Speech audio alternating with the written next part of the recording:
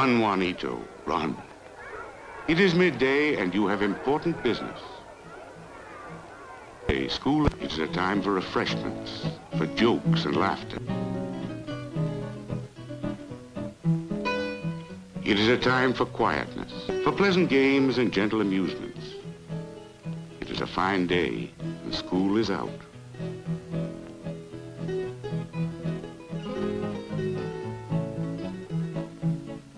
It is a day, Juanito, and you have had your lunch. But your father is hungry. It is for this reason you run, leaving behind the games, the amusements.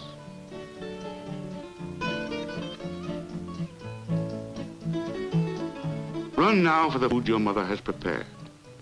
Father also may eat and rest and refresh himself. This is the story of Juanito and his father Juan Tomas Garcia, and his mother Maria, his sister Petra, his little brother Jesus, and the baby Conchita.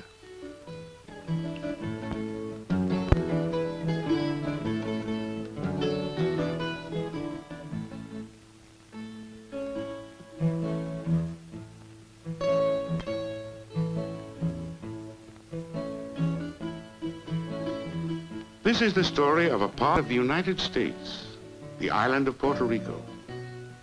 The story of the people who live on that island.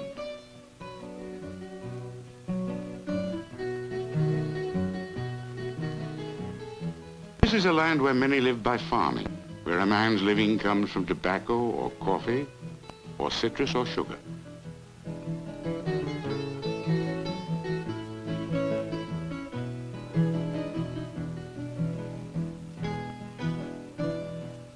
Whatever the crop, the work is hard, the sun is hot.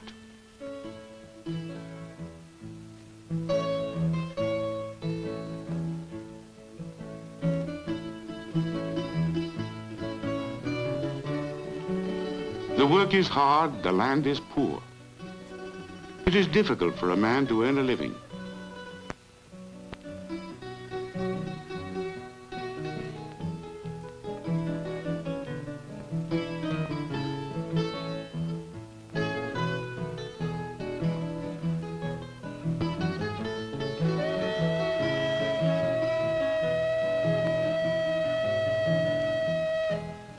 This is the story of how people are, how they act with each other, how they are happy and contented or miserable and afraid, the problems they have.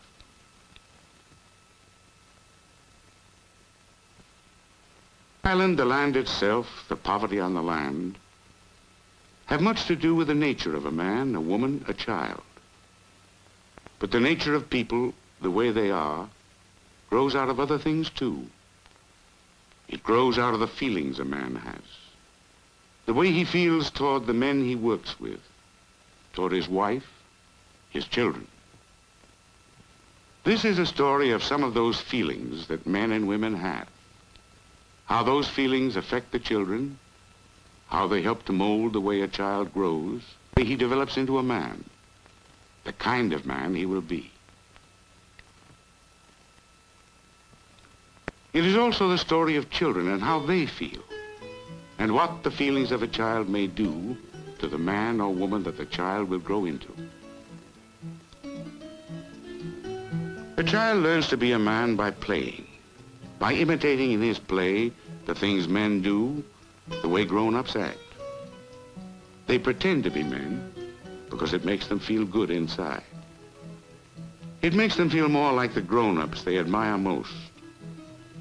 They show off as if to say, see what a man I am going to be, and this is good.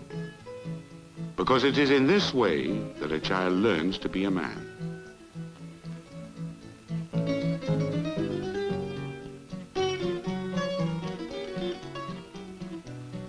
But sometimes, without knowing any better, the child imitates only the bragging, unhappy part of a man.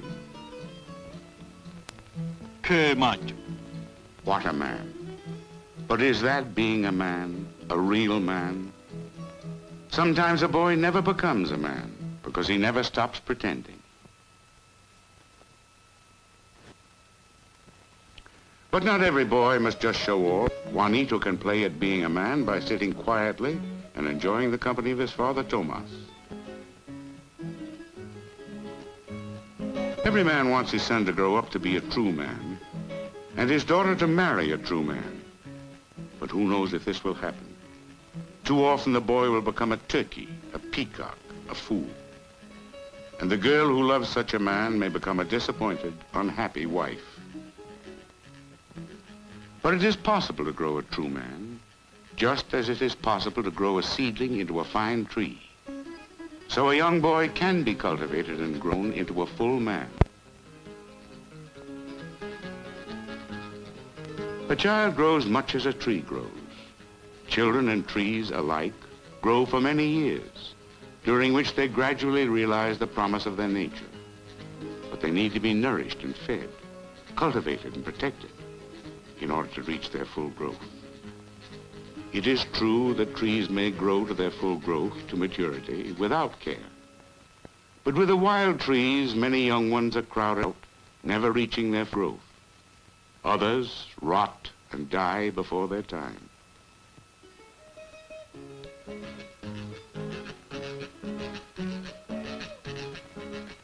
And so it is with children. They will have a better chance to flourish, all of them, if they have room to grow.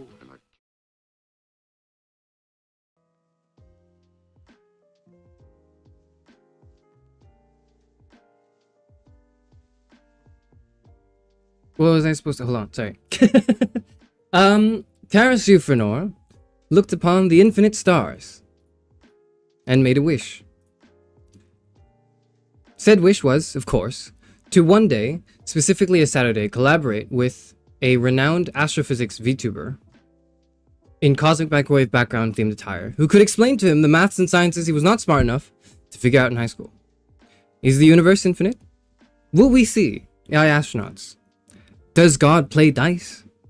With a newfound source of external expertise, our Philosopher VTuber will finally be able to embody his greatest form yet.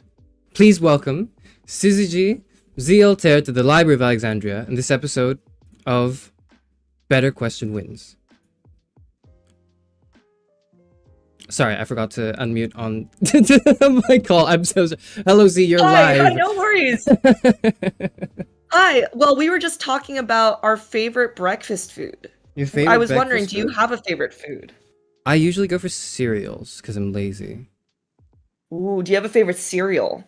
I think I really liked Frosties. And then the whole...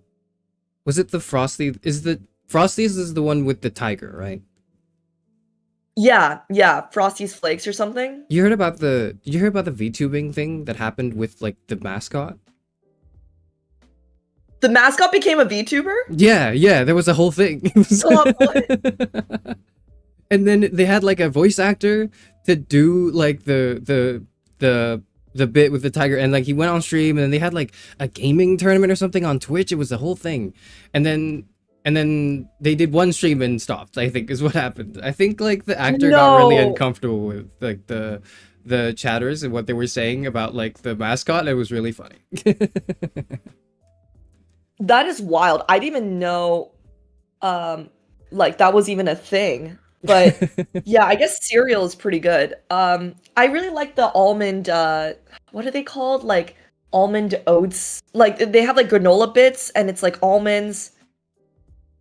Granola bits. Almond cereal. Honey bunches of oats with almonds. Oh. But I'm also not big on cereal. Yeah, I regret eating cereal after eating it. Why? What's wrong with cereal? I feel like I don't know. I feel like I also am like lactose intolerant, so I can't drink it with milk. So I drink it with eat it with like soy milk or oat milk or something, and it's a lot of milk, I think. I see. Because I am also like I'm like slightly intolerant, so I just have like almond milk with it, and it works. It works. Maybe I need to try that. But yeah. If I'm feeling effortful, I'll scramble an egg maybe. That's what I'll do. I love eggs. That's probably my favorite food.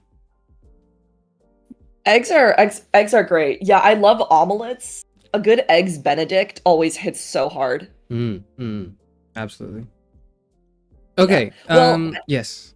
Would you like to begin? um, yeah. Let's quickly introduce ourselves. Maybe. Charis, do you want to go first? Okay. Yeah. Sure.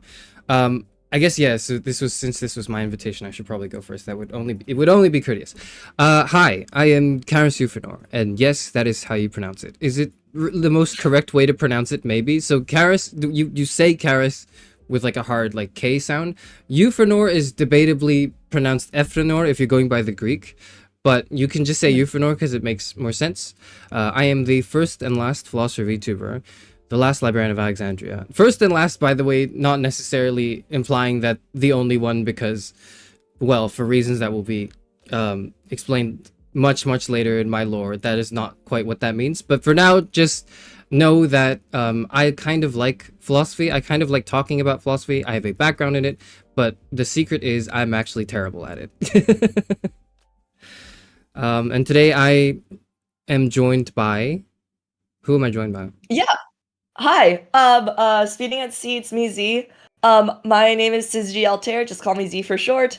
I am a physics, astrophysics, maybe even like coding, aerospace, just basically all of STEM TBH now. But mostly astrophysics VTuber.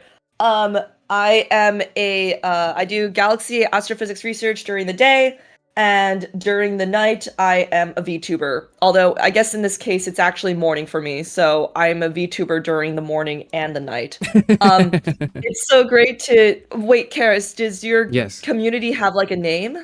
Does my community have a name? We came up with this a while ago and I forgot. It is Euphranor. That's the name. Wait, Euphranors? Euphranor, like paranoia. Oh, Euphranor. That's cute. That is the name. Euphranor. Yes.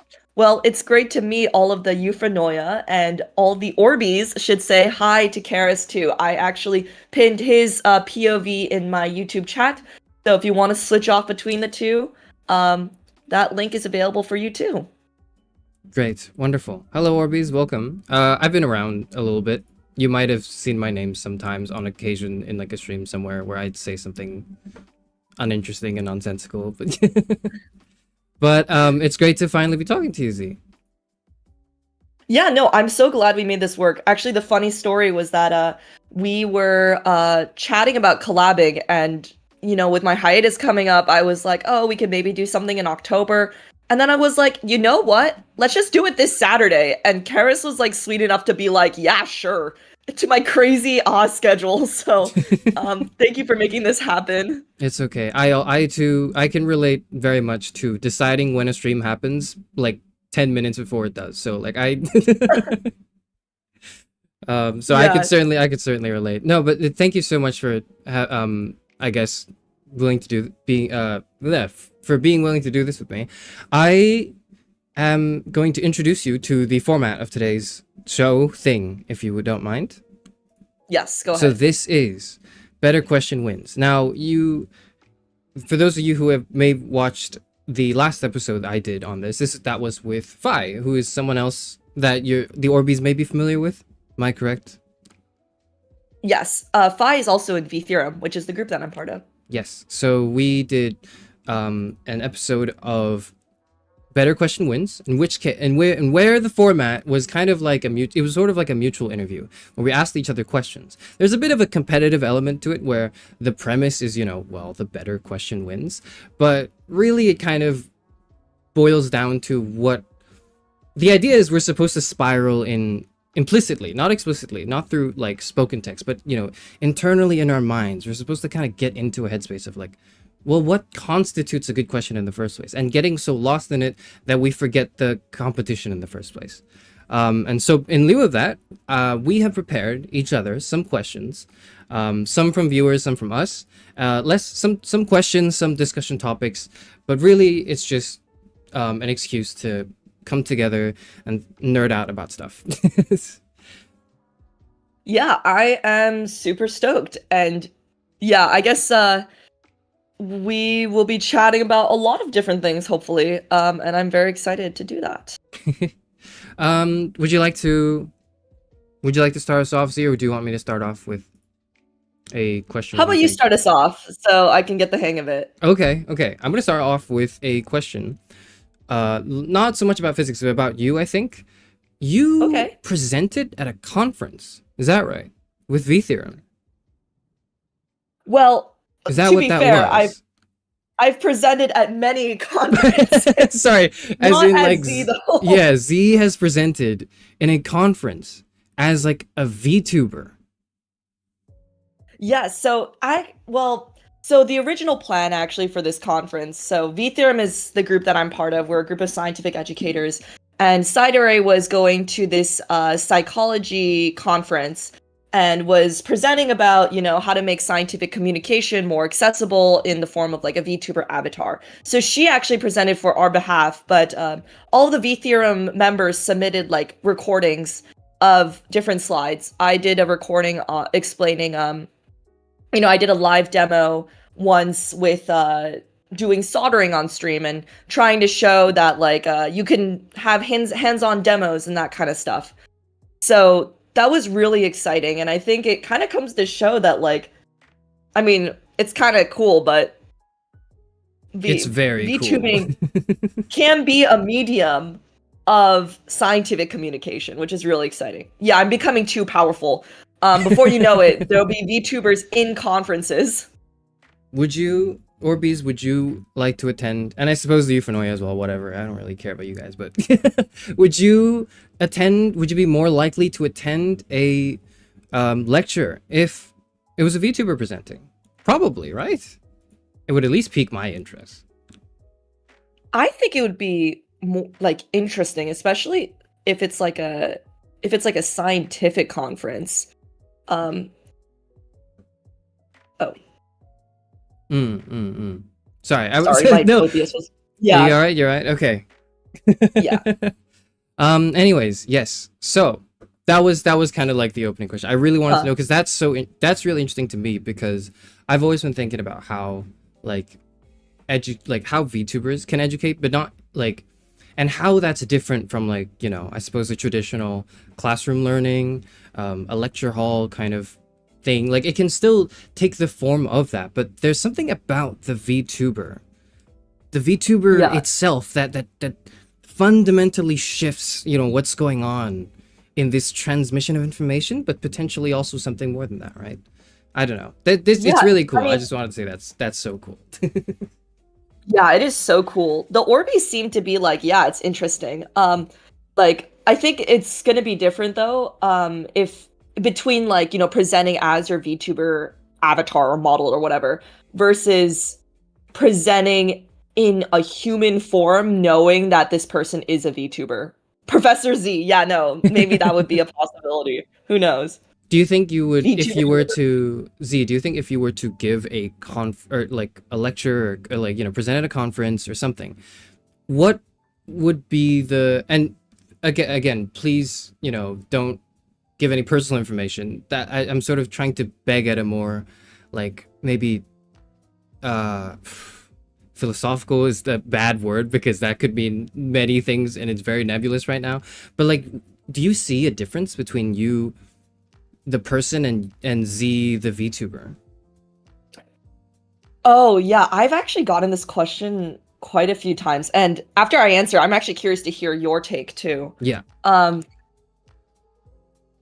I feel like, I mean, for instance, I met with my genmate Mylan in real life. So they are one of the few people who have, the number of people in real life who know that I am a streamer can be countable on one hand. So I don't have a good sample size. Mm-hmm. But, when I met Mylan and Mylan, saw me out like in real life, they were saying that like my personality as a VTuber and my personality as a person is the same.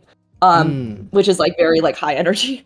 Um, but I have to admit that like sometimes when I'm in VTuber mode versus when I'm in real life, I do feel like I kind of have like a split identity. I feel like I'm like Spider-Man and I'm like Yes. living this like secret life as a VTuber just because the work that I do day to day is very detached from like being like a streamer and being like almost like a public figure in this sense.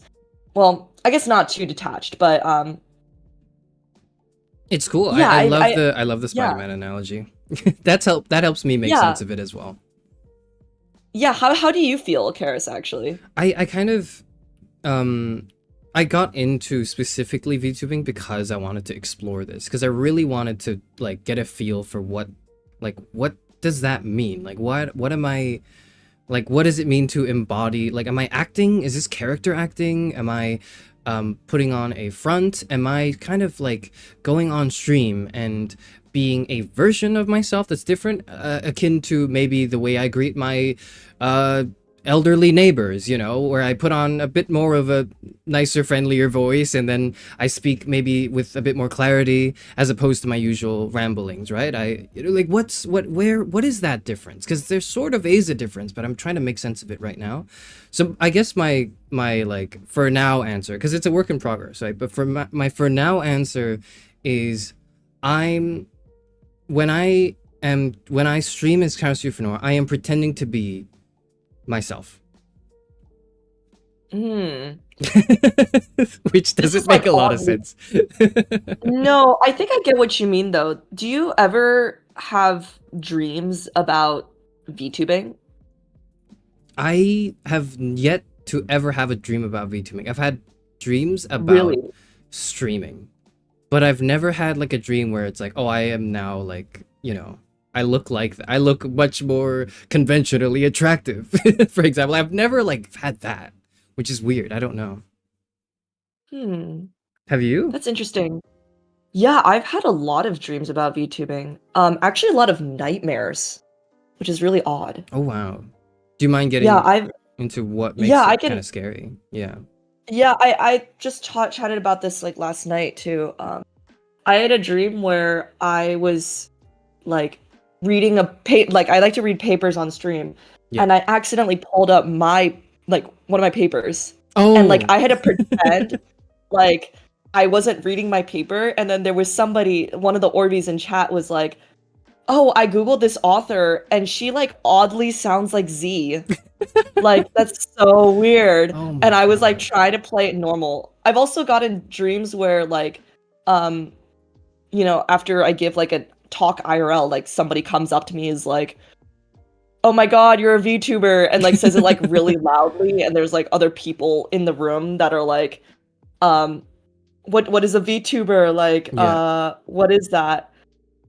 So yeah, I mean, to be fair, pulling out my own paper on a stream would be very would be a flex, but I mean, I don't know. I sometimes get dreams like that. I'm Oh. surprised you haven't dreamt of something like that yet. I've dreamt of like meeting someone who I've dreamt of meeting someone who didn't know me beforehand, but then knew me as Charis Euphranor, and then they were talking to me as if I was Charis Euphranor, but then it was almost like the exchange, the interaction. I don't, because it's like it's a dream, right? So it was kind of fuzzy, but it was like, I remember I wasn't, it was only after the fact. It was only after I woke up that I realized it was a nightmare, if that makes sense. Like when I was dreaming it, it felt like I was just going through like a scene. Like it felt like, so what had happened was like this person had initiated a conversation with me and addressed me as like Charis Euphranor and then asked me some things, and I think I responded to them, like maybe in character is not the right word, but that's what I did.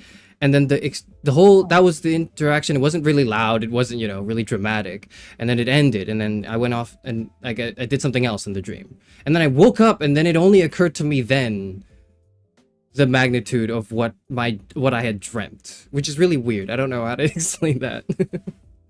Yeah, I feel like that's kind of indicative though that you still at heart identify as VTuber. Like if somebody called you Karis like in real life, like would you turn your head? Because I feel like that I think is like a metric for how aligned I am as my VTuber identity. I think I've been able to. I think I've been very consciously thinking about that specifically, and like being exposed in my IRL identity or whatever. So much so that in my head I've done the mental fortitude where like I would not respond to someone calling me Karis in real life ever. And Really? inversely, if anyone called me, don't. But if anyone, not like you, sorry, I turned, I'm sorry, that wasn't obvious, but I turned to look at my audience. I turned to look at my viewers for a second. But I was like, when I said don't, but I was like, don't do that. But if I were to be called my real name, I wouldn't even respond to it when I'm streaming. And it's like I've been able to Oh, just that's have a crazy. complete mental separation when I'm like, yeah, when I'm in streaming mode and when I'm not in streaming mode. I don't know though, but like I don't feel any less authentic or genuine when I'm presenting this part of me, like right now, to you and to the Orbeez, right? I don't know. That's crazy. I've had a few instances where, some of the Orbeez would be subscribe and they would have like the same name as somebody I know in real life. And it Yeah. would be like kind of weird, like, oh, thank you. And I'd read the name and like, thank you, blah, for subscribing. And then I'd Yeah. be like, oh my God, I like know that this name is person. like, yeah, but like it's obviously like not them, but like, Yeah. Like the name, sorry, yeah. yeah. God, that's so interesting. We could ramble on about like the identity crisis of a VTuber all day, but there are other questions I'd like to ask you. Would you Yeah. like to throw me a question back, actually? Now that we're on this rhythm. Actually, we got some questions from the Orbeez, and Mm-hmm. I guess some of these are very like technical, but I think there Yes. was one question in general about like let's see. I did want to ask you, do you have opinions about like um philosophers versus physics and sort of how we teach people to think like a philosopher or teach people to think like a physicist? Hmm. Like you mean in like sort of like an educational sense when we train people to be scientists or physicists, and like Yeah, whereas I when was we train wondering if you people, had yeah. a take on that. Yeah. Do you mean like kind of like the difference in what I've kind of observed? Yeah, sure. Or any thoughts that you've had? Okay. So I'm just trying to like I'm just trying to like grab onto the question, as it were. Mhm. The way we the way a physicist is trained, as I imagine, and I'm speaking on no authority. Really, you should be speaking on this with more authority than me. But the way a physicist is trained, from what I imagine, is one is a way in which you are almost put into a mindset of very quickly identifying what is falsifiable and what isn't, and what Mhm. can be experimented on, like what we can find out and what we can't find out, right? And then, or what is Mhm. irrelevant to like any sort of experimentation, as it were. And Mhm. so there, when I talk to, for example, some of my engineering friends and my physicist friends, they're very lasered in on when there's a problem to be discussed, right? They're very lasered in on, shall I say, like a practical, like experimental aspect. Like, okay, like for example, if there is any way to make a comparison between two things, one of my physicist friends will be like, oh, then we can just try it. Let's just try it, and then let's record the results, and then let's see what the difference is. Let's isolate the variables. Let's make sure, we're testing for the same thing. Whereas when I do, and this is like just my perspective as someone who was philosophically trained, not very well, but nonetheless trained, I tend to gravitate more towards what if scenarios, where it's like, okay, what if the answer were this, or if this were the result, then what happens? If it's not that, then what happens? And like, how do we, like, once I figure out all the possible like consequences, then I can kind of look at the question and go, well, doesn't matter if we go to this restaurant or this restaurant. We're gonna end up having a good night, and then we're gonna go to a bar anyway. So we don't have to, like, this experimentation is unnecessary. I say boldly to my STEM friends who proceed to insult me back. But I would suppose Mhm. I would suppose that that's kind of the way I see the difference. Would you say that you agree, or that makes sense? Yeah, I think I agree with that. I was sort of thinking about the ways that you could best teach people to think like a physicist, and I think what you were getting at is that currently, well, maybe just in general, physicists like to approach problems with like a very objective lens. and start like immediately putting on the scientific method. Like, Mhm. oh, like what data can we get from this? How do we parse this data? How do we evaluate this data? Um, and I think there is some overlap because physics kind of deals with the limits of knowledge sort of in the same way that philosophy does. Would you agree with that? I would say that I was prepared to make this analogy actually for later because you've kind of I've kind of seen the some of the audience questions which tied into a question I had for you actually, and I'll suppose I'll bust the analogy out now. Okay, but the analogy is I think what's happening when we talk about certain things, like for example the limits of knowledge in the field of philosophy versus in the field of physics, what we're doing is occupy in different spaces. We're standing in different spaces. And we're pointing towards the same thing. And so Yes. if you imagine like the motion of like me lifting up my finger and like kind of pointing at like I don't know the sun or something up there, and I'm gesturing towards a thing, and you are doing the same. The directions have to be different from where we're pointing because we start from different positions.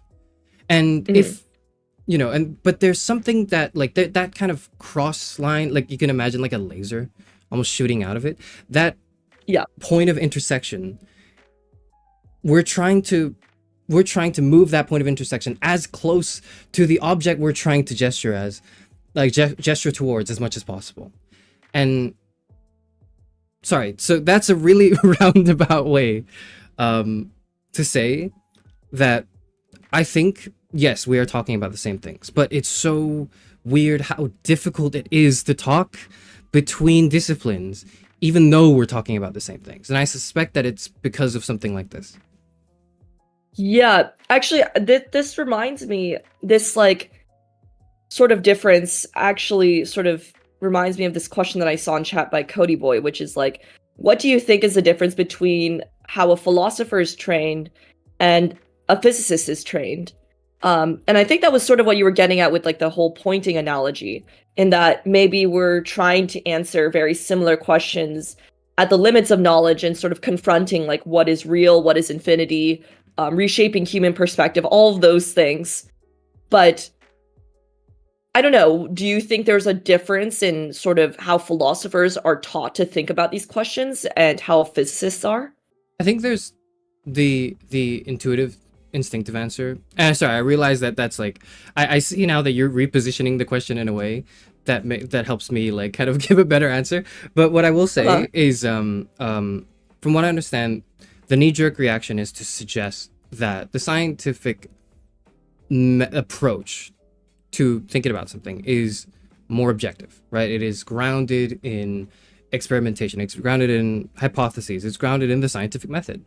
And I think that you would not be wrong necessarily, or too wrong, although there might be a bit of missing nuance, but you wouldn't be too wrong in saying that. Like, it's more objective, whereas philosophy seems to be less grounded in this method and this discipline.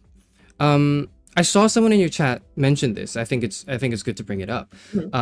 Where once upon a time, few hundred years ago, I'm not a history major, so I don't remember when exactly, but a few hundred years ago, we called science like the philosophy of nature, like natural philosophers. And scientists were not called scientists until like recently. They were called like natural philosophers before that. Is that correct? Yeah, that's true. Newton was actually first called a natural philosopher. So I think it's only in recent times that philosophy and sort of science, or philosophy and maybe specifically physics, have sort of been identified as different fields. And so I think to continue from that, right? So I think ultimately the biggest difference is those who are raised and taught through this to be trained to be a physicist or like a scientist. I like to think scientist because I'm not very acquainted with the science, but physics, at least for physics, right? I feel as though someone who is trained in that would be more they're much more adept at utilizing the scientific method, which sounds simple but is really complex, as with most things, right? Like the deeper you kind of dive into something, the more difficult it becomes. Whereas philosophy majors, for people who are trained to engage in philosophy like philosophically, are less detached to any to that particular method of information gathering, of like there's a whole field that studies that called epistemology in philosophy. If you are interested at all at like thinking about, okay, well, how do we know stuff? How do we test things? And I get the sense that some of the questions that the Orbeez have thrown at me are kind of really good, deeply ingrained questions in epistemology.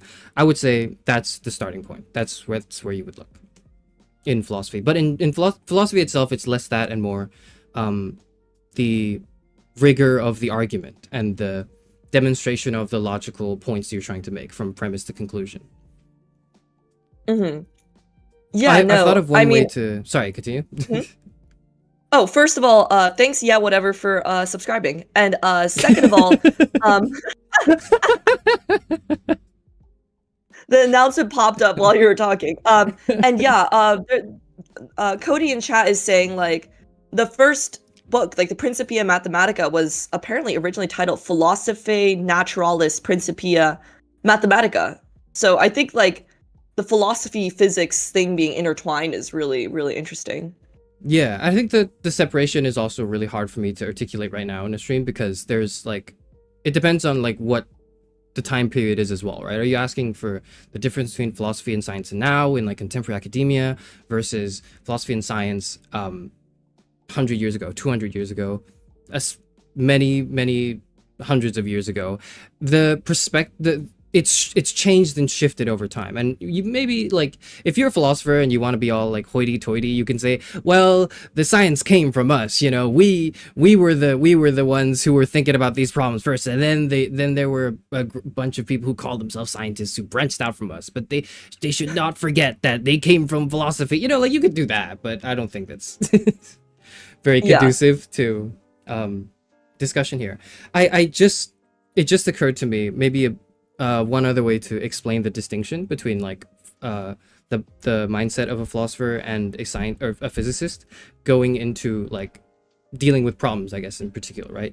Is, for example, if you have Neil deGrasse Tyson, who's going up on a stage and he's talking about black holes, he's or something cosmological, and he goes, this we have found leads to our conclusions, where we have found out that the Earth does a certain thing when the gravitational pull of the moon is a specific way, right? Like when Neil deGrasse Tyson does that, the audience is not expected to think, oh really? Or rather, in a way, you're kind of supposed to believe Neil when he says that, because he's gonna cite the data center or the lab or the institution that had kind of come to these research findings, and if you want to like know more, you kind of look into those research findings. Whereas philosophy doesn't really have that, or it's really hard to do that. You can't just go like, okay, the conclusion is we should never pull the lever on the trolley problem, right? You can't just go like, oh, I'll take your word for it, I guess, you did the work back in the lab over there. No, you have to interrogate this guy right now to make sure he's not making anything up. Or not making anything up, rather. That's a bad way to put it. To make sure he's not like insincerely presenting arguments or like opinions as arguments and facts. That's an amazing point, because one of the things that I've been thinking about recently is, well, I mean, outside of streaming, just in general, is how can we best teach people to think like a physicist? And I think what you just addressed also sort of mentions what I think is a problem in physics education, which is that, like you said, when Neil deGrasse Tyson says something and cites some crazy institution, no one's going to question that because it's an objective fact. Whereas something for the trolley problem, there's no clear answer because it is relatively subjective. It has to do with morals, maybe, or, your subjective opinion on the trolley problem, or whoever, if you want to save your mom or your husband or whatever, right? So it's relatively subjective. But I think the fact that physics and philosophy have now become detached to each other is, like, as somebody in chat is saying, like, science should always be tested. that's sort of exactly what we need to bring back into physics education. Because I think when people first learn about physics, they're overwhelmed by math. They're overwhelmed by the objectiveness of it. Or they feel like, oh, I'm not good at physics because I can't do calculus. But I think you can train people to really interrogate like the beauty and symmetry of the universe, which can be more subjective. For instance, I don't know if you've heard of this idea called Noether's theorem before. Can you briefly explain it to me and the audience? Not me, because Yeah. I totally have read it and I know what it is, but to the audience to my audience who's very dumb and doesn't know anything about Noether's theorem. Well, I mean, this theorem is not very well known unless you're in physics, so totally understandable. And also, if any of you guys have any questions about anything that we say, like, please feel free to put it in chat. I'm reading through chat, although I cannot be as responsive. But basically, the concept of Noether's theorem is at its core that if you notice symmetry in the universe, that must be inherently tied to some conservation law. It's a very beautiful theorem that sort of takes the crazy math of like, you know, conservation of energy, conservation of momentum, or Hamiltonian or whatever, and it kind of just takes it to something that is so central to the universe. And so I'd say that the way that physics education can be improved is by having people sort of testing science and sort of asking these kinds of deep questions about, you know, reshaping human perspective, like what is real, all these kinds of things. I think the departure of philosophy from physics has made it harder for some people to access physics. So yeah, that was sort of what my take is from what you said. I'm not sure if you agree with that, but it's one of the things that I've been thinking about recently.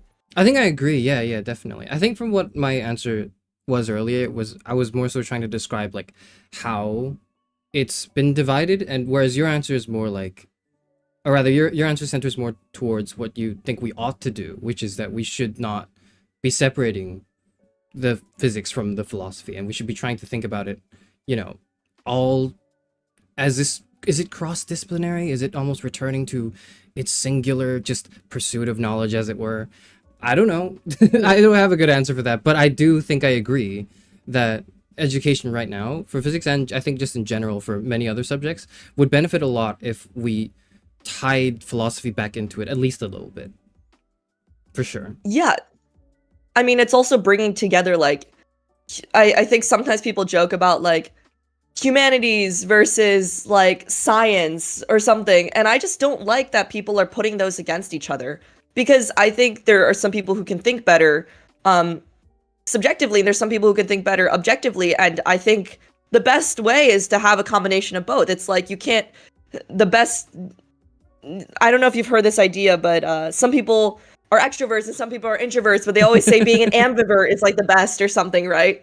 Yeah. I think it's sort of the same analogy. It's best to be in the middle ground where you can sort of access both spheres. I'm naturally very skeptical. Sorry, just like as a side, I'm very naturally skeptical. Not naturally, but I'm very skeptical, I should say, due to my training perhaps, of like the whole like extrovert introvert distinction as well. I'm really like I feel like I've got a bone to pick with it, but I don't have the scientific language to articulate why I don't like it. Is it because it's puts people into two extremes and not like a spectra of, you know, personalities?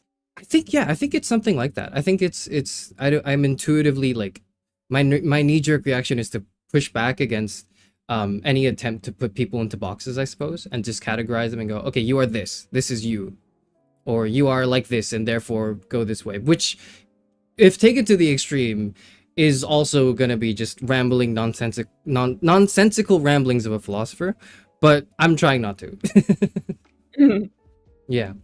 Yeah. Interesting. Okay. I have a question for you now that I don't think is too related to what we talked about before, but might relate to what we might get into later, particularly with some of the audience questions that I'd gotten from the Orbeez. Yeah. But I'm asking you because I think I want you to explain it to me. Does God play dice? So what exactly do you mean by that? Like,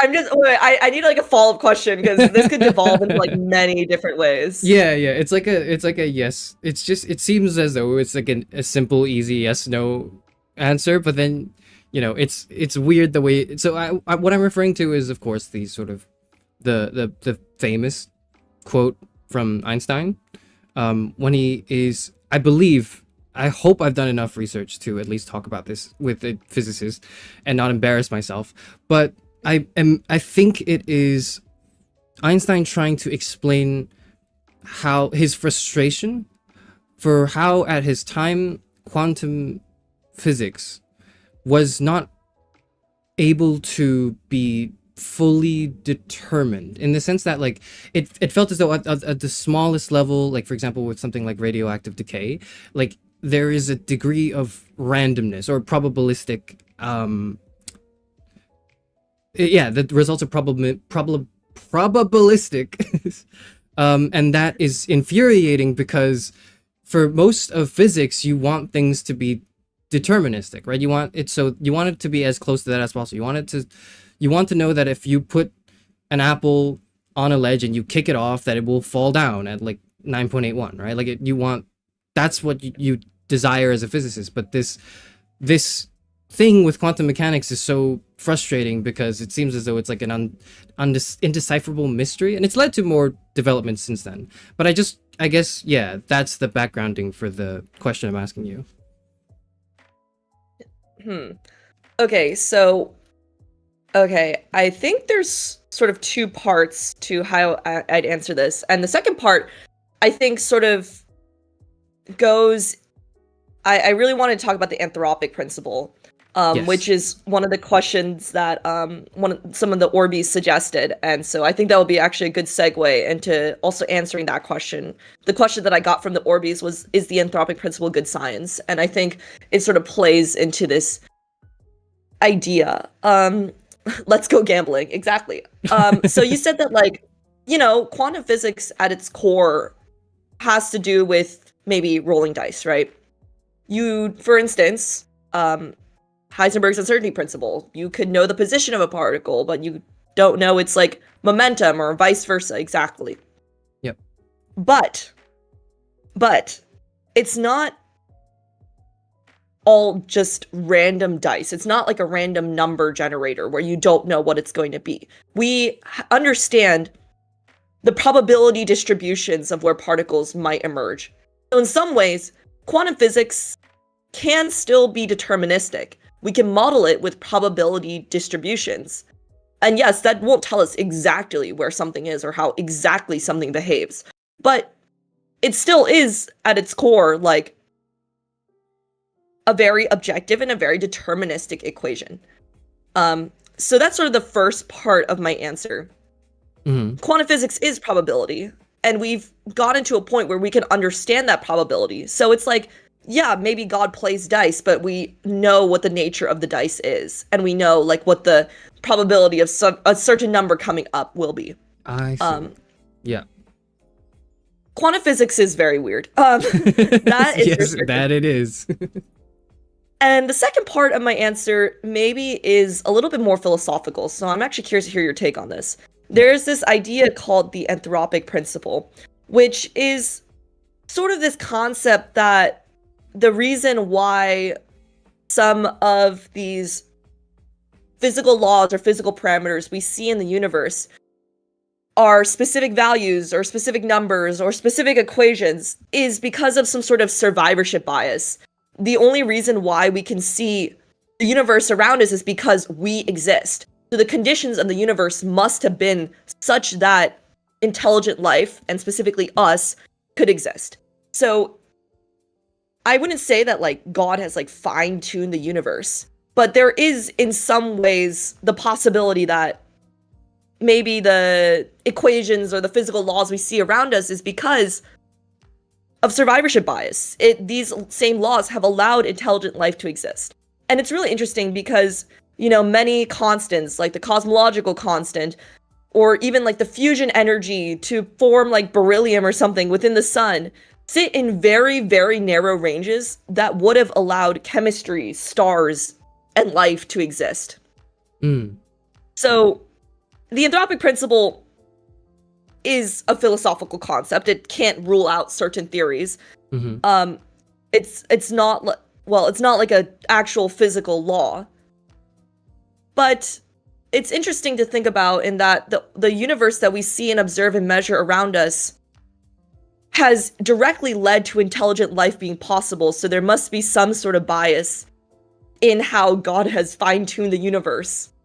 I don't know, maybe you have an opinion about this, Charis. I'm curious to hear what you think from a philosophy perspective. This is going to be a really disappointing answer. Are you ready for a disappointing answer? Yeah, sure. I don't yet have an opinion on this because, funnily enough, right now, I'm doing it on my channel.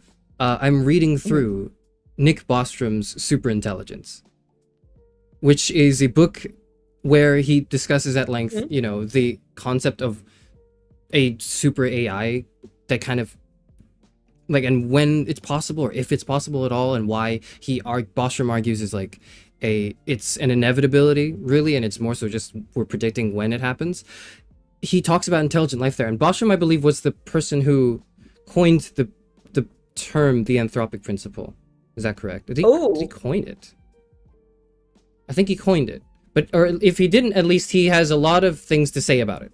But I think it came from him. Interesting. Yeah. Or he wrote a book about it, at least, titled The Anthropic Bias. We're not reading that one. We're reading Superintelligence, which is like an AI themed book, if anyone's interested. But like there, he does touch on this anthropic principle, and like I'm still, because that's still fresh on my mind right now. I'm actually just trying to see what I think about it, because, and I can't give you like an educated, an educated answer for my conclusive thoughts on this. What I can tell you though is intuitively it makes a lot of sense to me. Intuitively, the fact that the universe exists in such a way that allows for, you know, observation, allows for science, allows for like all these things and intelligent life, seems to be super improbable in some sense. But I guess you do have to bear in mind that it is biased towards people who can make those observations, right? I'm essentially just restating the principle again. I think it makes sense. I think it makes sense for an explanation for, like, you know, I guess whether or not there is such a thing as a creator of the universe and such. Makes more sense than some of the other answers I've entertained in the past. Yeah, I guess it also just goes into the idea of like how, this is another question one of the Orbeez suggested, how fine-tuned does the universe feel? Yeah. Well, it must be fine-tuned enough for life to exist, right? So, and for us to observe it. Right? But then is it like fine-tuned? I suppose like the question really kind of centers around like, is there someone doing the fine-tuning, right? Is more like I guess the philosophy bit of that. Am I interpreting that question correctly? I see. I or like, think is there like, something fine? Not someone, but for something, right? Or we live in a simulation. Oh, simulation theory. This is the kind of questions that I think about sometimes. Because I've worked with like simulations and stuff, and sometimes it does feel like playing God. You can adjust the amount. Obviously our simulations can't, you know, zoom into like planet scales or something, but you can adjust. You know, you can turn up the explosion of stars like 4 times as much as what they usually are, which is very unphysical and is not what we see in the universe.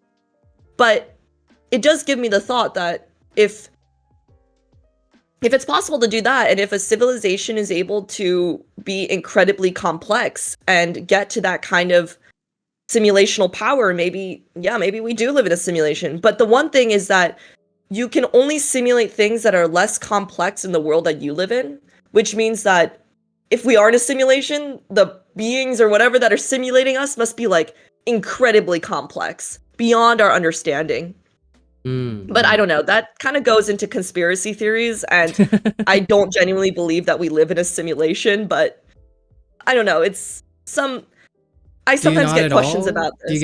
Are you not even like kind of maybe probabilistically thinking, you know, there's a good chance we live in a simulation? No? Yeah, I mean, maybe, maybe. I mean, it's just it's. Here's my take. Sometimes I get questions about this, and at first I never knew how to respond to it because don't really know how to respond to these kinds of like theories. But at its core, this is, how I generally respond, which is we could be living in a simulation, but frankly, there's no way for us to test it. All of the things that we measure are just getting to understand the universe, and there's no way for us to potentially communicate, and we have never received communication from a being that may be simulating us. The fact that maybe the anthropic principle exists might be an indicator, but that is not a that's not a physical law. Yeah. But I think whenever I get a question like this, I always make sure to add that it doesn't change anything. The fact that we're living in a simulation should not change your day-to-day life. If you think you're living in a simulation and you start, like behaving differently, like that's kind of how you behave. I have a really sorry, continue what you were saying. Oh no, I maybe just like one last sentence, which is that knowing whether or not we live in a simulation or not does not change how we behave, and there's no way to test it. It's sort of the same idea of whether or some people talk about, do we have free will or not? Well, frankly, that's a good that's a possible question. We might not have free will, we may have free will, but at the end of the day, you still behave the same, and you should not change your behavior based off of whether we have free will or not. But I don't know, what's your take on this as a philosopher? Well, the philosophers love arguing about this. They love talking about this. This is their favorite thing. I can tell you in general, I lean more towards your stance in that, like, at the end of the day, what matters most is how it impacts your, like, the decisions you make in your life. And so far from these arguments, it doesn't seem to weigh a lot. Like, I can get into this because this is actually really tied to one of the other questions the Orbeez asked me as well. But before I get into that, because I've got a book recommendation for that, or maybe not a recommendation, but I've got a starting point. It's a starting point that one might be able to dive into to help understand the problem at hand. But first, I want to ask you a question that seems unrelated. Are you ready for the question? Yeah, go ahead. Are you dreaming right now? Is this like the Matrix? That's another way to formulate that question, yeah. Because last night I was chatting with the Orbeez, and for context, growing up I was a sleepwalker, and then now I've gotten to the point where I am still sleep talking. But one of the things that the Orbeez and I were chatting about was, what if like this whole time this YouTube channel was run by like a sleep talking Z? VTuber by night makes a lot of sense then, doesn't it? Because that's when you're asleep. Yeah, I'm actually curious. I will do a poll because I'm actually curious. I'm gonna do that as well on my end. Let's see what the what the Euphranor and the Orbeez say. Yes. But yeah, I'm literally this loading emoji. Like, I always dreaming. I am a believer in that. No. And if I am, it's a very real dream, and like, it feels real, doesn't it? Yeah, we're just a brain in a vat. No, I think, if we're dreaming or not, at the end of the day, you're still connecting with people. You're still growing as a person. Like, I guess this sort of ties into the argument that I was giving before, in that, like, nothing changes. Maybe if some study comes out and it's like, oh, everybody's dreaming, we need to get out into the real world, like the Matrix, and I think people would freak out. But, life still goes on, and people still behave in ways because we feel that it's real. We feel that we're not dreaming. I don't know if that makes sense. What is your opinion on this? It's a tough question. I threw you a really, it's a very almost unfair question, because you're not meant to have, no one is meant to have a good answer on this. This question is sometimes, and someone in your chat pointed out as well, the brain in a vat thing, right? This question is the kind of precursor question to that. Like, how do you know, basically, that you're not dreaming? How do you know that you are not asleep right now when you're just imagining, or like you're dreaming the things that's happening in your life right now? And then you extrapolate it further. How do you know? And this is the Cartesian, so Descartes, Rene Descartes, like this is his meditations. He's the first to posit this question in this way, at least. How do you know that your brain is not in a vat, and there's no evil scientist or evil demon, I think is what he says, who's got like, wires plugged into the vat, into your brain, and like controlling and programming everything you think is going on in your life that is actually not the case at all. And you're just a brain in a jar, right? Yeah, but I think there's no way to directly test that. I'm actually surprised because the poll seems to be 56% yes and 44% no. But I don't know if people are just doing that, to get us talking. Yeah, but yeah. I mean, I can't be dreaming right now, because if I was, it would imply that I have a functional sleep cycle. Yeah, no, that's exactly how we test. And we know that can't happen. Argument solved. Yeah. No, but this is so the reason I ask you this is because this is actually like the philosophy 101. Like this is the way we start to get people to think philosophically. No, I say we as if, like whatever, right? Like the way philosophers tend to do that is by positing this, actually, right at the beginning. The Cartesian meditations, the brain in a vat idea, the whole radical skepticism towards the world, that you realize, I don't know if the chair in front of me really exists, or the table in front of me, or my monitor, or my like phone screen. What can I know then? And Descartes kind of like, from this thought experiment, launches into his conclusion, which is the very now famous cogito ergo sum. I hope I pronounced that correctly, which is just, I think, therefore I am. Oh, wait, yes. So no matter if the table in front of you is real, if you're dreaming right now, if you're watching two VTubers ramble on about things that make sense maybe 5% of the time, that all could be false. But what could never be false is that you exist.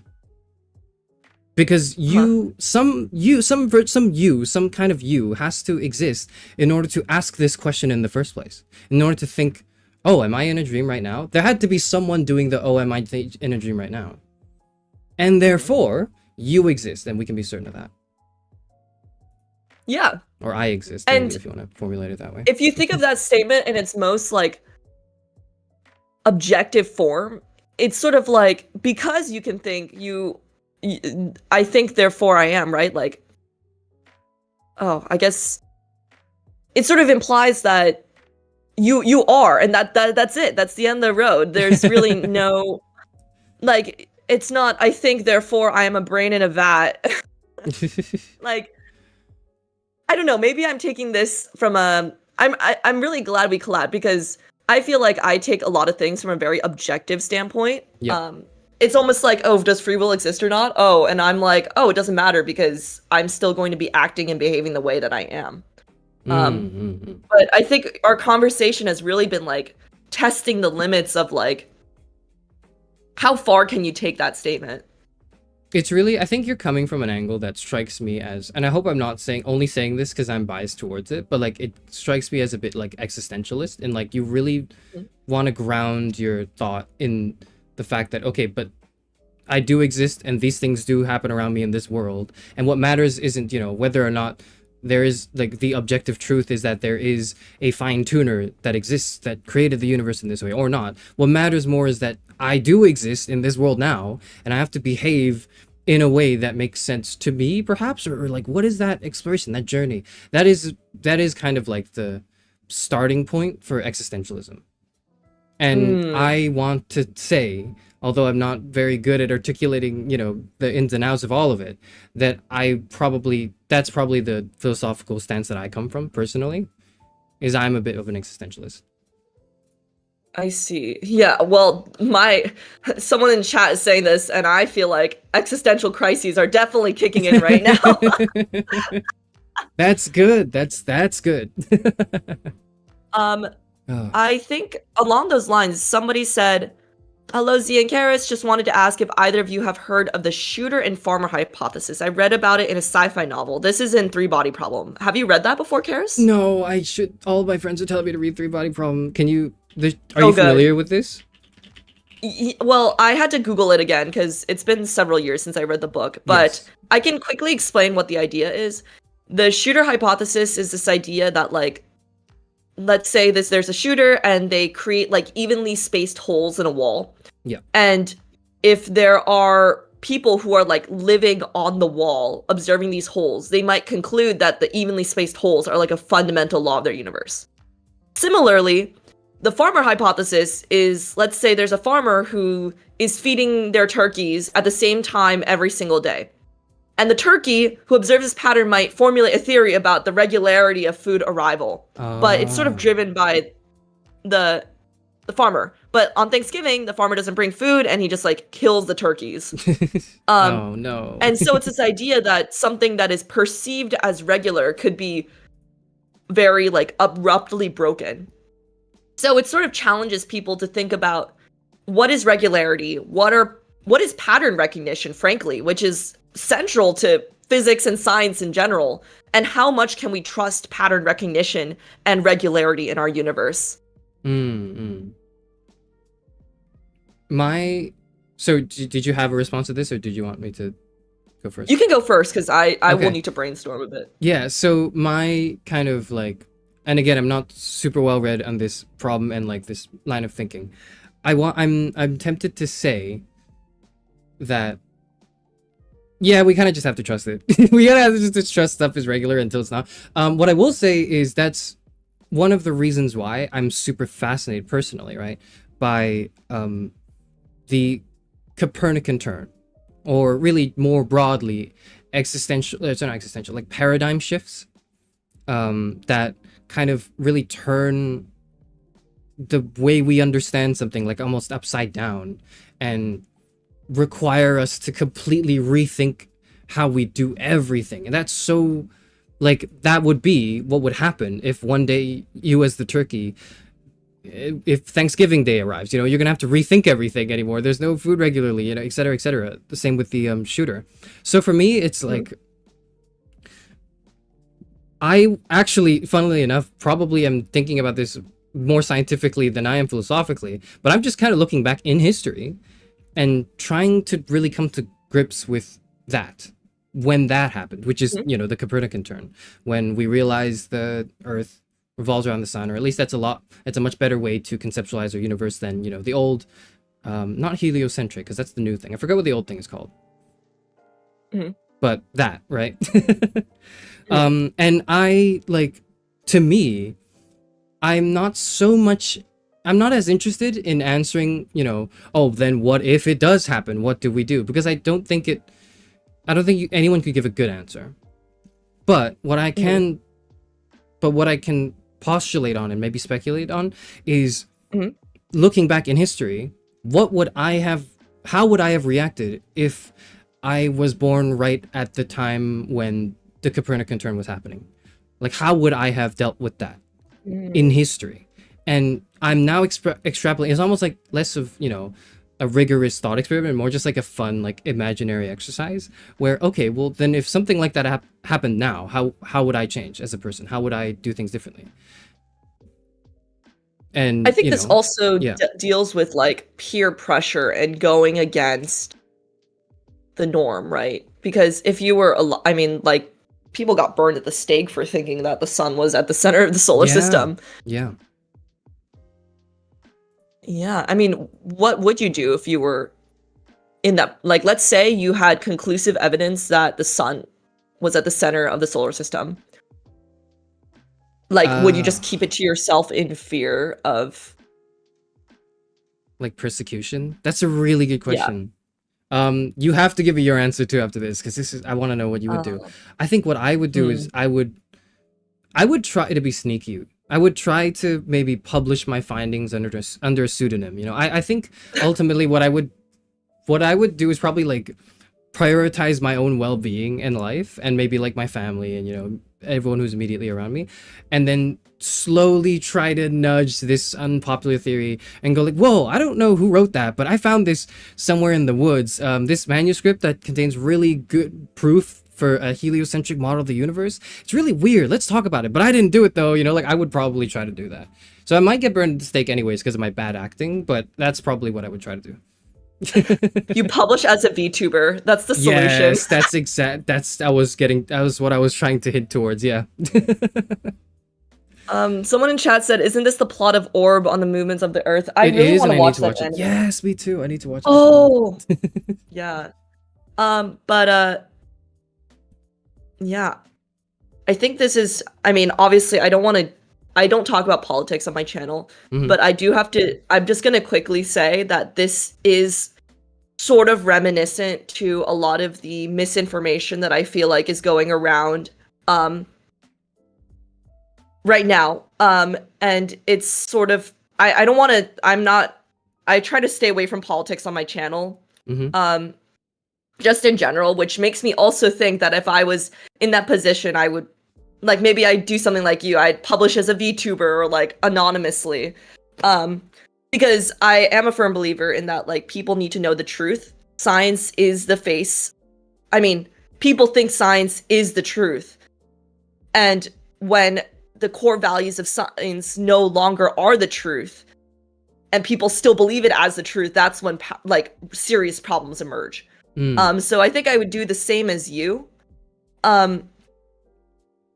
Though it's oddly a very timely question, is sort of what I want to say. It is, isn't it? Yes. Yeah. I Lot to so think about. good to know that both of us in another life would also still just be VTubers. VTubers in like the 16th century. I joke that like VTubing is just like it's advanced sock puppetry. Yeah. It is. It's like Yeah. high-tech sock puppetry. And I love sock puppets. Like I love that bit of theater. I mean, like, would you ever face reveal? Would I ever do a face reveal? No. And I think the reason is there's obviously like kind of like existential personal things, but I actually have like a developing sort of a philosophical approach for identity that, at least the way it is going for me right now, necessitates that I don't reveal my face, or if it happens to be known, I should still never acknowledge it, if that makes sense. Like if I one day get way too super famous, which is totally a realistic problem to think about, trust me, I'm a philosopher, right? But if one day I get super famous and everybody knows me, like my IRL identity, I mean, and I'm going around the world, you know, on TV shows, and people eventually will probably recognize my voice because I don't really, like, this is just the way I talk. So like, you know, when that happens, even if it's like an open secret, I would still choose never to cross that boundary. I would still choose to always keep one thing separated from the other. Yeah, that's really interesting because I actually collabed with Kim, who is an IRL astronomer. And she did a face reveal, and she streams sometimes as her VTuber model, and she streams sometimes as, you know, her IRL self. And in that case, her identities are like less detached from each other. And to the audience too, like they know her both as her purple-haired VTuber model and her IRL face and like outfits. But yeah, I mean, it brings up a good point. Like, I don't think I would ever do a face. No, I would never do a face reveal, but I am 100% certain that maybe in the future, and I think this has already happened, that people could recognize my voice. Actually, there's a joke that me and the Orbeez have, which is that if you ever hear somebody who kind of sounds like me and you want to see if it's actually me, like, I would be happy to say hi to an Orbeez that I encounter in real life. And the way to test that is to ask if you are forklift certified.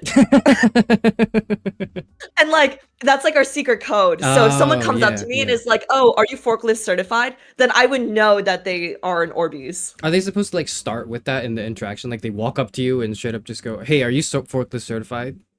Or does it build in? Is it baked in the conversation? Do you have to have like a drink at like a pub or like a bar and then kind of ease it in? Like, hey, by the way, are you forklift certified? You know, like just try to ease it in. Like, how does it work?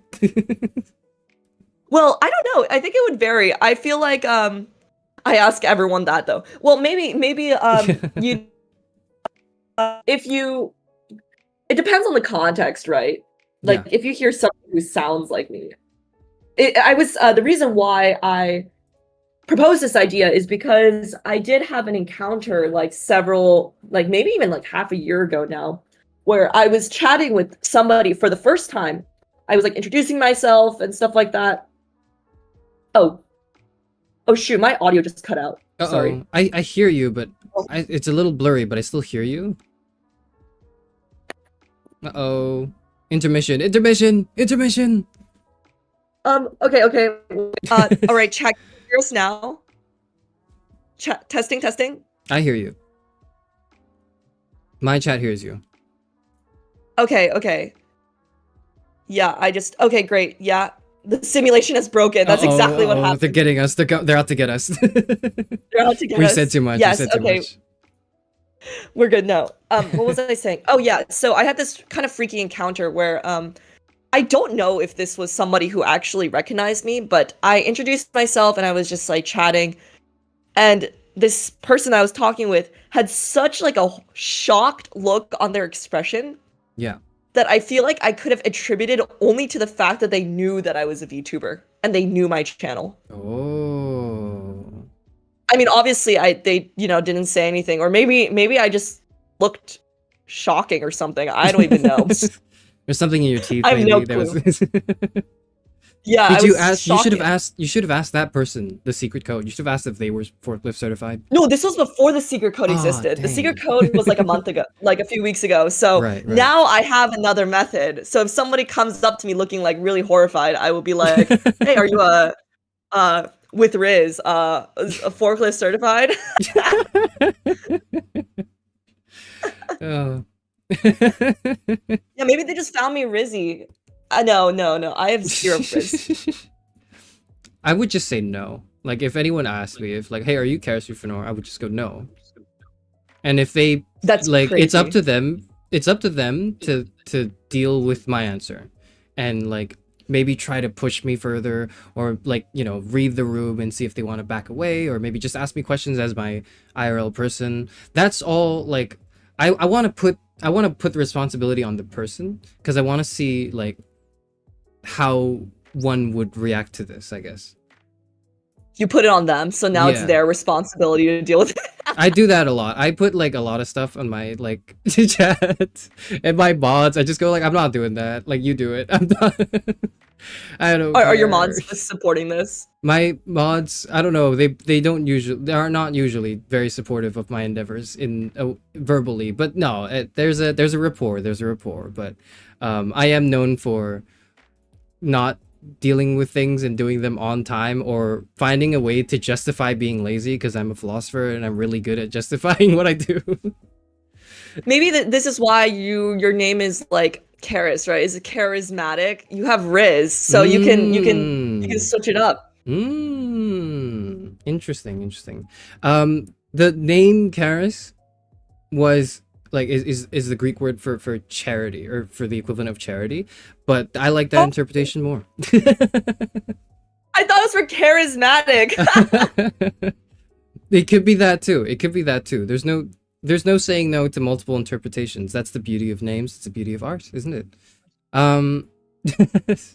Sorry, so we went a long way away from the question I was trying to get to from the Orbeez. Would you mind if I got into that one now? Yeah, which one? So it would be, this question was, what would the implications be if the holographic universe theory were to be true, from a philosophical and the relativity / quantum theory POV? So my response to this and I think we've touched on this earlier as well when, we got into the whole, are we dreaming? Is the universe simulated? Are we in the Matrix, etc., etc.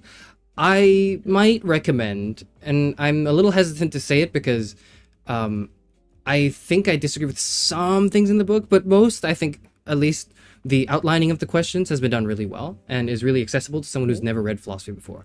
But I would recommend Reality Plus by David Chalmers. So that's reality, and then it's like a plus sign. Reality Plus. I'm Yeah. jotting this down because I will have a lot of time. I can put it in your chat. I will put it in your chat. Okay, great. Reality Plus by David Chalmers. And I suppose I'll put it in my chat too. All right, whatever. Here you go. Here you go. Wow. The Orbeez are getting a lot of love. What can I say? And the Euphranor, maybe not as much. They're used to it. They understand. It's tough love. It's tough love. It's like a tsundere type situation. Well, I don't know. I could never. Someone in your chat said crumbs. That's hilarious. But yes, so Reality Plus is a book written by David Chalmers, who I don't know if I agree with everything, all of his philosophy, but what I will say is I really like that he formulated the hard problem of consciousness into exactly that. He formulated the problem and put it to words that I found were very useful and helpful. But it's essentially like the really difficult problem of qualia or phenomenal consciousness or subjective experience. Like basically how when you stub your toe, you feel pain and you might, let out a curse word or two, right? Like how we can explain the easier problems in that phenomena where, we can explain why it happens maybe, or like how it happens, and like how it benefits our survival and evolution as a species to feel pain or fear, etc., right? But you cannot, or rather it's much more difficult to try to explain, but why do we feel that subjective experience? Like, why is that subjective experience necessary? Why can't my body just know to feel pain without me having to feel the unpleasantness of it all? Maybe is one way to put it. It's a really weird question, but he coined it. So he coined this question, and this is something he deals with. But Reality Plus is a book where he deals more with virtual reality. And he makes the argument that basically, even if we were living in a simulation, we should kind of just behave the way that we do now. Because nothing about it being a simulation should change the importance of what we're doing, or like the impact of the things and people we have around us, etc., etc. Yeah, that's exactly what I was getting at with earlier, which is this idea that regardless of whether we live in a holographic universe, regardless of whether we don't have a free will, there's no way we can really test those theories, and they shouldn't change how we behave. So I would recommend, maybe reading this book if you are interested in. I don't know if you can. It's like a recent book, so I don't know if you'll be able to find it on the archivals if you don't want to go buy it. But go buy it. Why not? Yeah, it's this a pretty is great. good book. Thank you. So that's I would say that's a really good introduction, especially for someone who may not be like super into philosophy right away. Like it's a really good introduction into those philosophical problems to get you in that headspace of thinking about it. And then maybe when you get into it, you'll start to think, oh, okay, I don't know if I like this guy's answer. But regardless, you would have been able to now think of the questions because of the way they're outlined. So overall, recommend it. Yes, that's what I would say. Yeah, no, this is great. Yeah, well, thanks for the book rec. I did want to say, I think we might have time for maybe like one last question. Yes. Did you have anything in your regiment? Well, I did have one very big question. I had a few more questions, but we can definitely, well, that just means we got to run this back when I'm back. Absolutely, right? Yeah. So if you're up for it, we can definitely do more questions. I do have one question that I think would be really interesting to end on, and that is the way I've titled my stream, at least. The question is, why is space not worth it? Or, in other words, is space exploration a waste of money? But, and I know that, this is definitely a question you've dealt with. For sure, this is a question you've dealt with. I was hoping you could start by arguing from the perspective of no, it's not worth it. If that makes sense. Wait, that's such a challenge because I am so convinced that it is. Yes. Like, There is no fiber in my body that believes otherwise. So would you mind, giving it just an attempt to think about why it wouldn't be worth it? Why maybe that it is actually a waste of money, or, basically you have to argue against your own existence. That's kind of what I want to do. And of course, at the end of it, you can obviously trail back to your actual thoughts on this matter. But it's a bit of an exercise that I was hoping you would engage in with me. Oh, that's a tough one. Well, I guess I feel like this would probably not be a great answer, because I think I'll just be mirroring what the most common arguments I've heard are. Yeah. But maybe that's best. Maybe I share with you what the most common arguments I've heard are, and then I sort of explain my real answer to why space exploration is not a waste of money. How does that sound? Yeah, go for it. Yeah, so I guess the common this makes me very sad, because there have been a few times where not just me, but some colleagues who are incredibly smart and incredibly talented give amazing talks, and then somebody in the audience will say something along the lines of, why are we studying galaxies, or why are we studying stars? Why aren't we curing cancer instead? Why don't we put all of this brain energy into curing things that are on Earth, and fixing things on Earth first before we go out into space and that kind of stuff.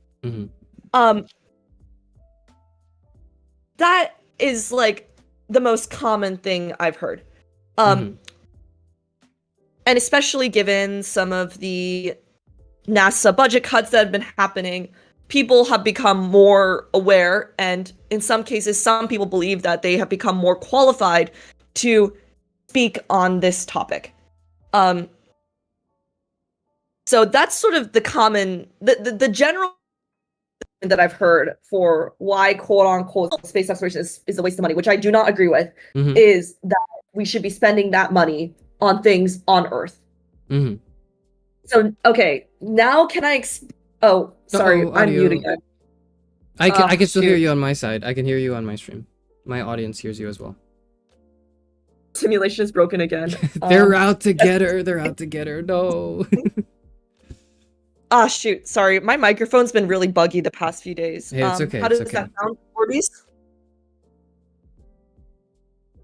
Give me a thumbs up. All right, I'm back. Okay, well, hopefully I didn't get cut off too much, but yeah. I'm now going to explain why I think calling space exploration a waste of money is stupid, because it is not. Absolutely. I think a lot of people think that the money that goes into space exploration can only just be attributed to the value of a dollar that you hold in your hand. So people think, oh, it's tax money that's going into, this X mission, and they argue that, that's too much money or something. The reality is that I don't know what the exact, but I think for every tax dollar that you pay in the US, the NASA budget is half a penny or something. It is very low. You could double that and it would even it's just such a minuscule quantity, and people think that it's a lot because you see this on the news. You see, oh, we're going to space, we're launching this, we're launching that. And I'll go into why that's actually a good thing, why people are sharing going into space and why that's exciting. But I think the most common question people say is, oh, why are we spending so much money on NASA? We need to spend more money otherwhere else. I think the question that we should be asking instead is, why is the other 99.65% of the US budget not solving the issues that you think we have in this country? And just for comparison as well, I just heard about this a few weeks ago, which is, I think the NASA budget's $25 billion right now. If I recall correctly, there was about $220 billion that was lost or misplaced, and it was only discovered after an audit by the Pentagon. $25 billion is 10% of that. So I think what people are saying is, oh, we're spending too much money on space, but I think what we should rather be saying is, why hasn't the other part of the budget fixed the problems that you see in our country? Mm-hmm. So that's the first part of my answer. The second part is that, well, okay, NASA, space in general, have brought direct positive impacts on your life. I mean, for instance, the second A in NASA stands for aeronautics. NASA has done a ton of useful research in aviation. Actually, just the other day, I read an article about how NASA is potentially making like supersonic planes more of a reality for normal human beings because they're actually banned over public areas because they're so loud. But because of the developments in NASA technology, they've made it a lot easier to, have these planes go over public areas. They've made huge strides in aerospace technology. Every time you ride a plane, aerospace safety, that's NASA. And not only that, but a lot of technologies have also been spun out of space technology. Like, for instance, UV sunglasses, cameras, vacuum cleaners, baby formulas, GPS, even Starlink Wi-Fi, airplanes, laptops, everything is by NASA. And actually, every so often, NASA publishes technologies that have spun out of NASA that have brought direct human impacts. It's called like NASA spinoff or something like that. And one really cool example is like the heating in your bed. That was at one point a NASA technology. And people genuinely just don't know that this is a thing and that doing science has directly affected people's life. Yeah, this is Eggy's like, this is the first time I hear Z this annoyed. Well, because I feel like I have a lot of opinions about this. Yeah. And finally, space is a gateway science. And what I mean by that is people think that space takes up a large part of our budget because they see it in the news all the time. They see these SpaceX launches. They see NASA launching a satellite. They see photos from the James Webb Space Telescope. But that, in a way, is making people excited about space. And it's also getting people to use the scientific method inadvertently. They see a photo of the first galaxies in the universe and they're thinking, what's out there? What is that? Why is that so red? Why is that so blue? That is inadvertently having people use a scientific process, whether they like it or not. And that also leads people to find their true passions, to find directions in science, which is why I think public stargazing nights are also so great, because it's having people use the scientific method. So, just to summarize my whole answer, right? First is calling space exploration a waste of money is dumb, because the NASA budget is such a tiny portion of what we could spend in general, and the real question should be, why is everything else that we're spending on not solving problems? The second is that NASA is giving really, really good technology that have direct human impacts and have attributed to the existence of us. And finally, space can be a gateway science and can help people discover their true passions and start to use a scientific method and think like a scientist, and even start to test and question science, which is another thing that we talked about today, which is a very important skill. So yeah, sorry for the rant, but I hope that sort of answers the question, because I think it's really important for people to know about this. That's a wonderful answer. Thank you. That's exactly what that was what I was looking for. I knew that you would have felt very strongly about it, and I just wanted to kind of give you the room to give your thoughts on the matter. I absolutely agree. Like, I definitely, trust me, as a philosophy major, I know what it's like to constantly be asked every day, isn't your field, like your whole thing, totally useless and contributes nothing? I'm very familiar with that, so don't worry, I completely resonate with you, I get it.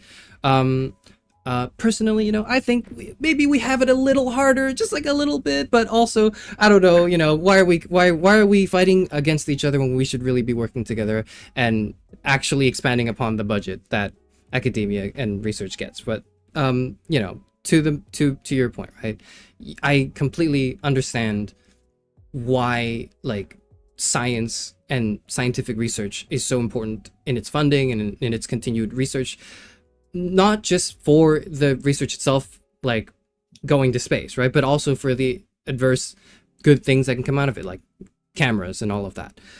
Yeah. What I want to maybe add on just at the end, right, is that I don't want it to seem too much like we're straw manning an opponent who's giving us like a bad kind of question, as it were, and just totally slam dunking on them. I don't want it to feel too much like that, right? So in the defense of that dumb question, right, that has angered both of us, understandably so, I would say that oftentimes, from what I understand, right, people ask that question, oh, why are we spending our money on this instead of that? It's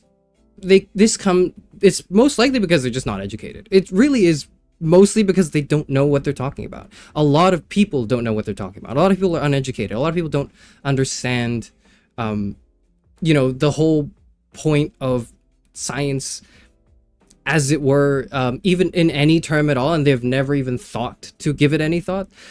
People don't really know about, tax budgets and all of that. They don't really understand really everything. They just kind of see one issue, which is maybe that people are dying from cancer, which is a problem, absolutely, and trying to think, oh, why don't we just pull this other plug and plug that into this? Well, because it doesn't work like that. And frankly, when someone asks that question, it is more indicative of that person rather than the validity of that argument itself. But I want to caution and say that ultimately we should try to educate these people.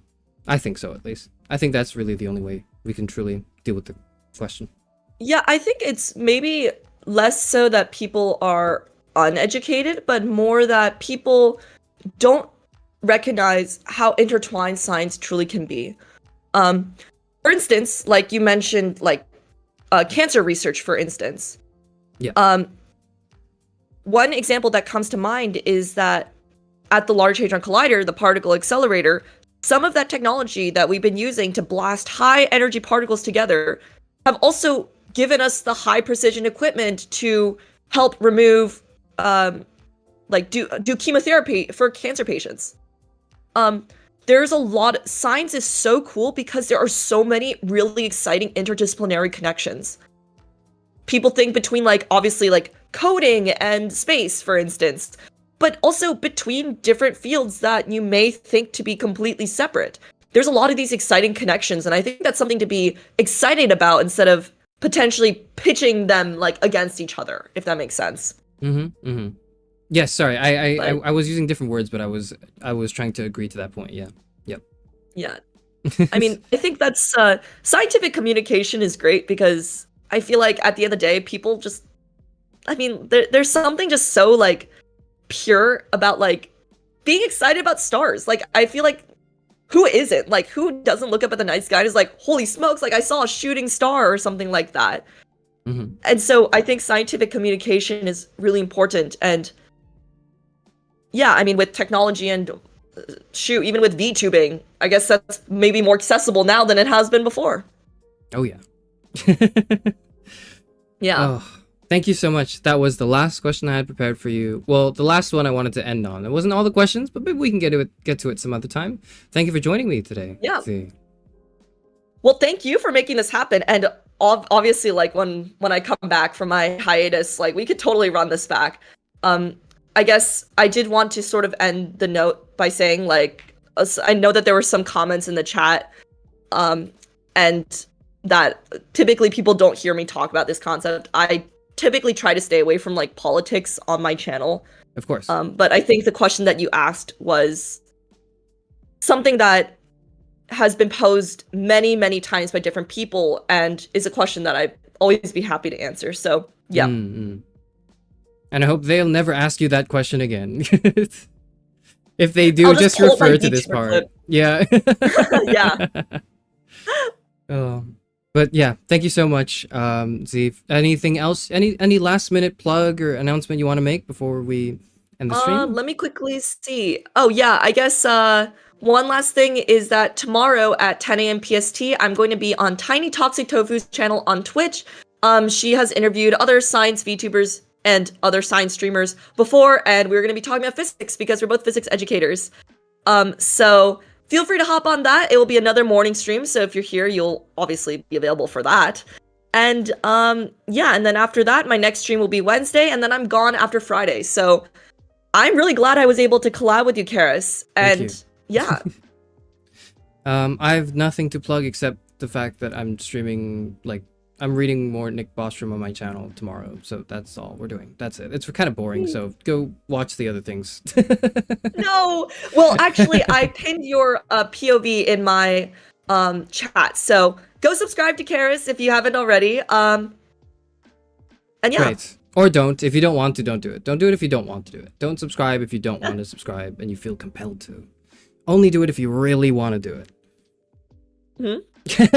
Sorry, that's all. That's it. Tsundere awe behavior. Well, I just well, okay. Well, looks like it's time to end the stream now. You know, I've got places to be.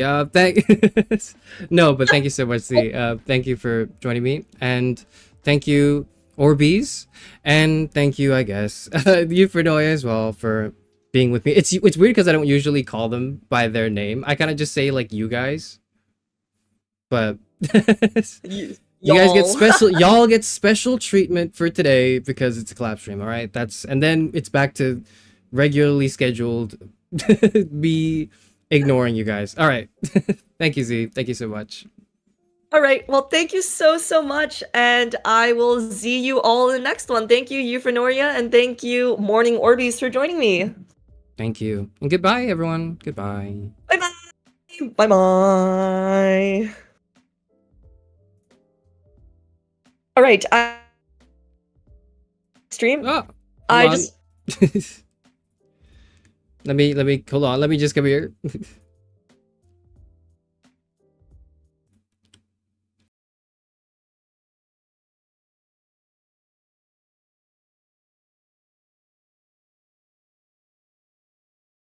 Sorry. Oops. Hang on. Okay.